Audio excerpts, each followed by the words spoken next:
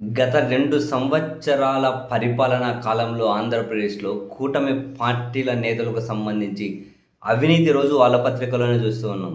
అక్రమాలు, భూదందా, సెటిల్మెంట్లు అసలు వాళ్ళు ఏమంటారు అక్రమంగా సంపాదించుకోవడం కోసం రకరకాల మార్గాలను వాళ్ళు అన్వేషించుకుంటూ ఉన్నారు. ఈ క్రమంలో అనంతపురం హనీ ట్రాప్ విషయం, దాని వెనక ఉన్నటువంటి కీలకమైన వ్యక్తులు, అది ఎవరి చుట్టూ నడిసింది అనే విషయాలు బయటకొచ్చిన తర్వాత అధికారాన్ని అడ్డుపెట్టుకోను, అధికారంలో ఉన్నామనే దాన్ని అడ్డుపెట్టుకోను, చివరికి ఇంతవరకు కూడా తెగించే పరిస్థితొస్తే నిజంగానే ఇటువంటి వాళ్లకు సహకరించిన వాళ్ళు ప్రత్యక్షంగా, పరోక్షంగా వాళ్ళు వాళ్ళ ఆత్మసాక్షిని ప్రశ్నించుకోవాల్సి ఉంటది. చివరికి డబ్బు కోసం ఏ స్థాయికైనా దిగజారడం ఏంటి అని. సంచలనం రేపిన అనంతపురం హనీ ట్రాప్.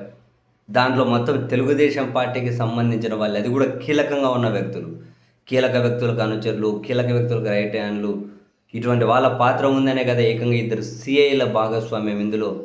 ఎస్పీ గారు ఆ ఇద్దరు సీఐలను విఆర్కి పంపించారు. వాళ్ళ మీద కేసులు పెట్టి ఎందుకు ఎఫ్ఐఆర్ ఫైల్ చేయలేదు అన్న ప్రశ్నలుగానే వస్తూ ఉంటే, వాళ్ళ మీద ఎఫ్ఐఆర్ చేస్తే దాని వెనకలోనే ఇంకా కొందరు కీలక వ్యక్తులు బయటకు వస్తారు. అందుకని వాళ్ళని విఆర్కు పంపించి చేతులు దులుపుకున్నారు అన్న కామెంట్లు కూడా వినిపిస్తూ ఉన్నాయి. సంచలనం రేపినటువంటి అనంతపురం హనీ ట్రాప్ మొత్తం తెలుగుదేశం పార్టీ నేతల చుట్టే తిరిగింది చివరకు. ఎంత దారుణం చూడండి. ఇది ఒక పెద్ద ముఠానంట హనీ ట్రాప్ చేస్తారు. హనీ ట్రాప్ ఎట్లా చేస్తారు? ఇప్పుడు ఈ కేసు పెట్టినటువంటి ఒక వ్యక్తి, చాలామంది వందల మంది బాధితులు ఉన్నారట, కానీ ఒక వ్యక్తి ధైర్యం చేసి కేసు పెట్టారు. ఆ కేసు పెట్టిన వ్యక్తి డ్రోన్ల ద్వారా సర్వేలు చేసే బిజినెస్ ఏదో ఉంటుందట, వాళ్ళ ప్రొఫెషన్ ఏదో కనుక్కొని దాని ప్రకారమే ట్రాప్ వేస్తారట. ఈయన కొంచెం సర్వే చేసేది ఉంది, మా భూములు రండి అని చెప్పి ఒక ఆమె ఫోన్ చేసి పిలిపించి అక్కడికి వెళ్ళి ఆ వివరాలు అడుగుతూ ఉన్నాడు ఆయన. ఆమె ఒకటే ఉంది. ఈ తెలుగుదేశం పార్టీ ఒక కీలక నేతకు అనుచరుడట రాజేష్ అని ఒక ఆయన,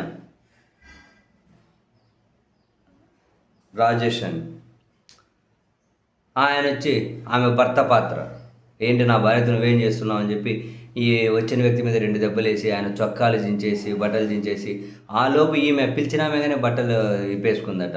ఇద్దరిది నీట్ వీడియోలు తీసి అది జరుగుతూ ఉంటే ఈ ముఠాకు నాయకురాలు రంగమ్మ మాట. ఈమె కూడా తెలుగుదేశం పార్టీ కండువాల కప్పుకొని బ్రహ్మాండంగా చాలా చాలా కార్యక్రమాల్లో ఉంది, కీలక నేతల దగ్గర ఉంది. ఈమెకు ఒక హోటల్ నిర్వహిస్తూ ఉంటుందట. ఆ హోటల్లోనే సెటిల్మెంట్లు అన్నీ జరుగుతాయట. సో వచ్చేసి ఈమె పెద్ద మనిషి తరహాలో వచ్చేది, వీళ్ళు పెద్దగా పరువుగా ఒక బతికే కుటుంబం, నువ్వు వచ్చి అది చేసి ఇది చేసావు, నాశనం చేసావు, అది ఇదేం సరే ఒక 5 లక్షలు అయితే ఇచ్చే, ఇది బయటకు రాని కూడా చూసుకుందాం, నీ పరువు పోదు అది ఇది అని చెప్పి 5 లక్షలకు 5 నుంచి 25 లక్షలు 30 లక్షలుగానే వసూలు చేశారట కొందరితోటి. ఒకవేళ అప్పుడు డబ్బులు లేదనుకో ఏం చేస్తారు, ప్రామిసర్ నోటు పాత తేదీలతో రాయించుకుంటారట. రాయించుకొని తర్వాత వాళ్ళు వెళ్ళిపోగానే ఈమె వెళ్ళి నేరుగా సిఐగా ఉన్నారు, ఆప్తాడు సిఐగా ఉన్నాడట ఆయన, శ్రీహర్షని, ఆయన దగ్గరకు పోతుందట. ఆయన ఏం చేస్తారట, వాళ్ళని పిలిపించి ఏంది ఇది కేసు ఇక్కడి వరకు వచ్చింది, సెటిల్ చేసుకుంటావా లేకుంటే తీసుకెళ్ళి లోపలేయాలా అని చెప్పి ఆయన రంగప్రవేశం చేస్తారట. ఎంతో కొంత ఇచ్చుకోవాలి, సెటిల్ చేసుకోవాలి, డబ్బులు. ఎంత దారుణం చూడండి.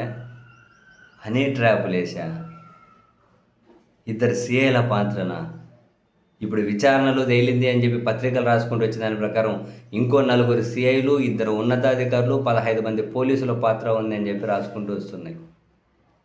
ఇంతమంది మీద చర్యలు తీసుకుంటే ఏమైపోతుందని చెప్పి ఇంకా మీనమేషాలు లెక్క పెడుతూ ఉన్నారు అని. ఇంకెంత కీలక నేతలు ఉన్నారు. సిఐ స్థాయి లాంటి వ్యక్తులు ఇందులో భాగస్వామ్యం ఉంది అని అంటే ఎలాంటి స్థాయి వ్యక్తులు ఉండాలి? అవినీతి చేయడానికి లిక్కర్ మాఫియా అయిపోయాయి, ఇసుక మాఫియా అయిపోయాయి, మైనింగ్ మాఫియా అయిపోయాయి, బూడిదల కోసం బూడిదల దోపిడీ అయిపోయాయి, పైరవీల మీద అయిపోయాయి, భూముల కబ్జాలు అయిపోయాయి, సెటిల్మెంట్లు అయిపోయాయి, చివరికి హనీ ట్రాప్లు కూడా అన్యాయం స్వామి. సీరియస్గానే అధికార పార్టీలు అని చెప్పి పేర్లు చెప్పుకొని ఇది ఏ స్థాయి వరకు తెలుసో నాకైతే తెలియదు, కానీ అధికారంలో ఉన్న వాళ్ళకు ఇటువంటివి మాత్రం అసలు ఇటువంటి తిండి మీకు మీ కుటుంబాలకు క్షోభనివ్వదయా? సీరియస్లీ క్షోభనివ్వదు. ఏంటిది?